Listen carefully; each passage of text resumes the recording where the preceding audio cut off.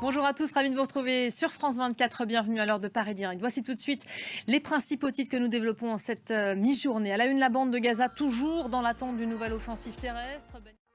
Et la situation au Proche-Orient pour commencer. Triste et angoissante, Pessar que s'apprête à passer les Israéliens sans les otages. 129 personnes toujours aux mains du Hamas et dont nous commémorons cette semaine les 200 jours de captivité.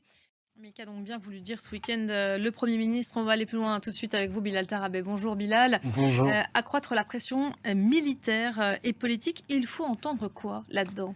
Alors, ce qu'on remarque déjà, c'est que Benyamin Netanyahou n'a pas prononcé le mot de Rafale. Ce qui n'était pas le cas il y a 6 mois au moment des attaques Tout à fait. du 7 octobre. Merci beaucoup Bilal pour le décryptage. D'une guerre à une autre, les Européens indiquent ce matin qu'ils continueront à aider l'Ukraine. Promesse faite alors que après l'octroi ce week-end par les États-Unis d'une aide de près de 61 milliards de dollars à Kiev. Elle fait toujours l'objet de commentaires. Jamais les dépenses militaires n'avaient d'ailleurs autant progressé d'une année sur l'autre.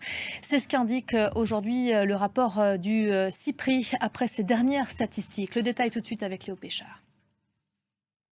Voilà, on vous parle à présent de cet autre rapport, celui du service climat de l'Union européenne, Copernicus.